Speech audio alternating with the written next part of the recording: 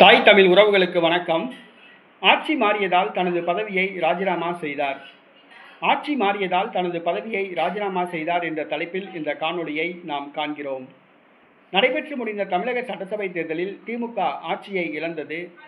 யாரும் எதிர்பாராத விதமாக தமிழக வெற்றி கழகம் ஆட்சி அமைத்தது. ஜோசப் விஜய் முதலமைச்சராக பதவியேற்றார். ஜோசப் விஜய் பதவியேற்றதால் திமுக ஆட்சியில் பதவி வைத்தவர்கள் தங்களது பதவிகளை ராஜினாமா செய்ய துவங்கியுள்ளார்கள். 2 நாட்களுக்கு முன்பாக திமுக ஆட்சியில் நியமிக்கப்பட்ட அரசு வழக்கறிஞர்கள் கூண்டோடு ராஜினாமா செய்தார்கள். தற்பொழுது திமுக ஆட்சியில் நியமிக்கப்பட்ட தலைமை வழக்கறிஞர் PS ராமன் தன்னுடைய தலைமை அரசு வழக்கறிஞர் பதவியை ராஜினாமா செய்துள்ளார். ஆட்சி மாறியதால் தனது தலைமை வழக்கறிஞர் பதவியை ராஜினாமா செய்துள்ளார். தன்னுடைய ராஜினாமா கடிதத்தை ஆளுநர் மற்றும் தலைமைச் செயலாளருக்கு அனுப்பியுள்ளார்.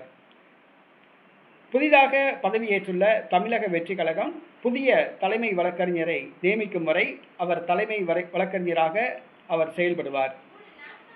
தமிழக வெற்றி கழகம் புதிய தலைமை வழக்கறிஞரை நியமிக்கும்.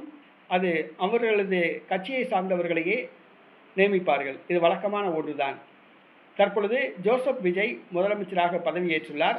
தமிழக வெற்றி கழகத்தை சார்ந்த ஒரு வழக்கறிஞர் தலைமை வழக்கறிஞராக நியமிக்கப்படுவார்.